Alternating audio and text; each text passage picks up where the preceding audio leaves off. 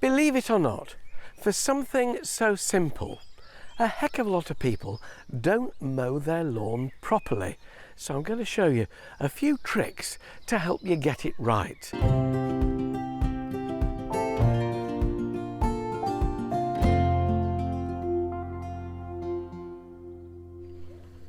It's easy to forget that grass is a plant, and it's a plant that we treat more cruelly than anything else growing in the garden. We prune it once a week in spring and summer. You can't do that to anything else. We trample all over it with our feet and stamp on it. We play games on it. And then in winter, when it's cold and it's wet, we stop mowing it, give it a break, and we walk all over it and turn it to mud. Is it any wonder that lawns can sometimes look a bit of a mess? But grass has a great capacity to recover.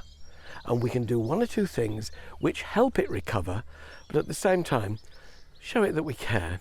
Now, come spring, after that winter and all those heavy rains, one thing that's grown faster than the grass is the moss in and among it.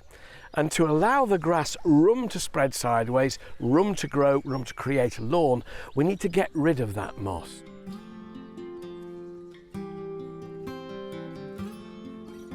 Now, the simplest way to get that moss and any dead grass, or thatch as we call it, out is to use a wire tooth rake. Pulling and pulling and pulling, you'll be amazed at what comes out.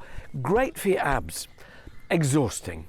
Better still, if you've got a garden of any size, is to use a powered scarifier, which at the press of a button and the pull of a handle will pull out all that moss and dead grass.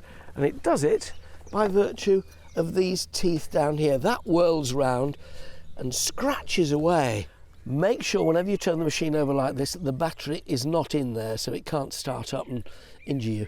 The important thing is you get it at the right height. This is the height adjuster. You can see the machine goes up and down. Start off at a height which is taking out the vast majority of that moss and dead grass and leaving your lawn ready for the mower. And you use this just as you would use a lawn mower, going up and down in stripes.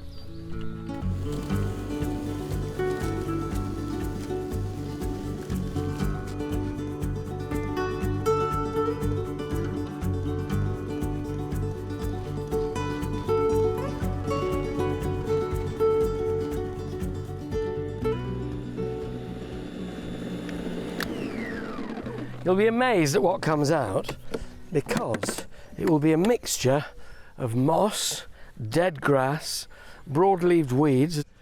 The reason we end up with so much moss after winter is that in winter, moss grows faster than grass, which needs it to be a bit warmer to grow. And that's why every time come March, it seems to be all moss and no grass.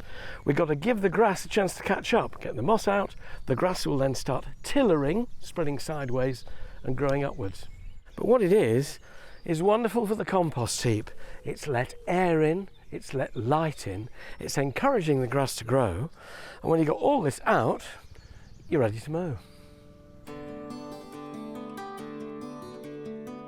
So, we've got the moss out, we're now going to mow. What do? We make sure on this cut now that we don't cut it too low. There's a height adjustment here, which lets that go up and down, that deck. This is the grass box, which is collecting the grass. Don't leave your clippings on the lawn. They look unsightly. They walk inside. You get a heck of a lot of flack for traipsing it all over the fitted carpet. Always collect your clippings and put them on the compost heap. Utilise them. Then they come back into the garden. So height of cut's important. You want stripes? This is what gets you stripes, a rear roller. If it's just got four wheels like those front ones, you won't get stripes, because what the roller does is it presses the grass down, and when you're looking down that way you'll have a lighter stripe because you're looking on the flat of the grass, and when you come back you're looking into the grass and you're getting shadow. Darker stripe, lighter stripe. Simple as that. The roller is what will give it to you, and when you've made sure that your mower is in good working order, always get it serviced in the winter. This is an electric one with a battery, lots of safety features. Read the instruction book so that you do things in the right order and you press those buttons in the right order. There goes the blade. Now, moving forward, off we go.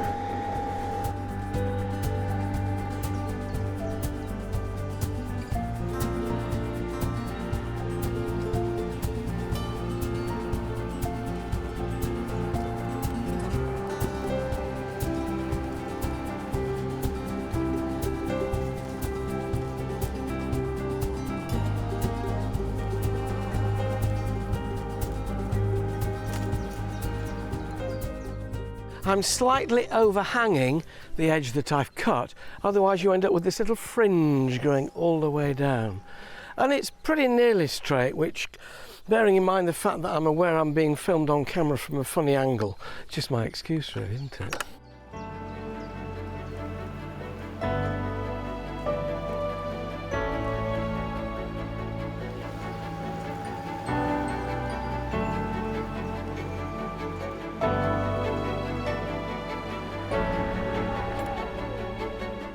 Not too bad. I love seeing stripes.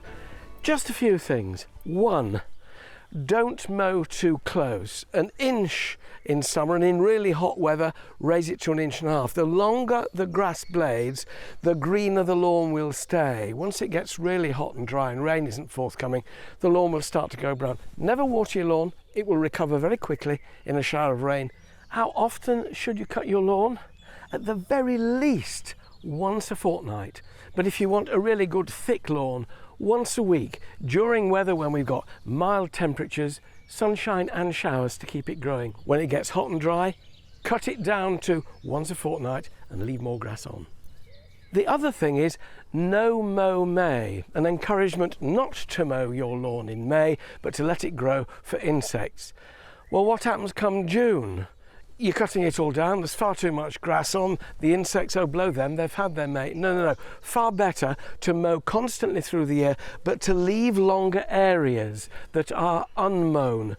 And if you're not mowing them, leave them unmown for at least 2 months before you cut them off, and then let them grow up again. No mow May, lovely phrase, not very practical, especially if you're Mrs. Blackbird, trying to feed her young and pull worms up from a mowed lawn.